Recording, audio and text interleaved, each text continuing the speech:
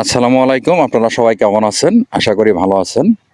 কাছে কিংবা দূরে, দেশ কিংবা দেশের বাইরে থেকে যারাই আমার এই ভিডিওটি দেখছেন, সকলের প্রতি আন্তরিক শ্রদ্ধা ভালোবাসা নিবেদন করি। ভিডিওটি ভালো লেগে থাকলে অবশ্যই লাইক, কমেন্ট, শেয়ার করে পাশে থাকবেন এই আশা ব্যক্ত রাখি। তো আপনারা দেখতে পাচ্ছেন আমি চলে আসছি একদম নদীর কূল ঘেঁষে একটি তামাক খেতে।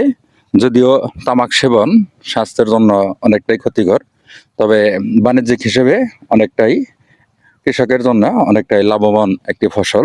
তো আপনারা দেখতে পাচ্ছেন কত সুন্দর তামাক হয়েছে আল্লাহ তাআলার তরফ থেকে একটি একটি নিয়ামত স্বরূপ।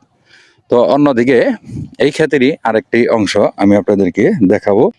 এতক্ষণ আপনারা দেখতে পারলেন ভালো অংশটুকু আপনাদেরকে একটু দেখানোর চেষ্টা করলাম।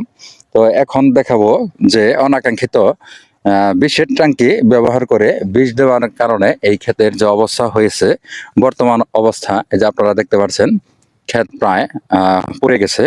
এর কারণ হলো আমরা যে বিষের ট্যাঙ্কি ব্যবহার করি, আসলে আগাছা দমন করার স্বার্থে আমরা যে বিষটা প্রয়োগ করে থাকি, সেই বিষটা বিষের ট্যাঙ্কি দিয়েই এই ক্ষেতে আসলে পোকা মারার জন্য এই বৃষ্টি দেওয়ার কারণে আজকে এই পরিস্থিতি।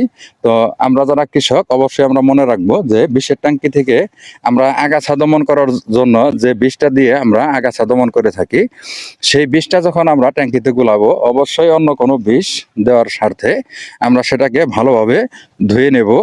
তো ভিডিওটি ভালো লেগে থাকলে আপনারা অবশ্যই আমার পাশে থাকবেন। পরিশেষে আপনাদের সুস্বাস্থ্য মঙ্গল কামনা করে শেষ করছি। আসসালামু আলাইকুম।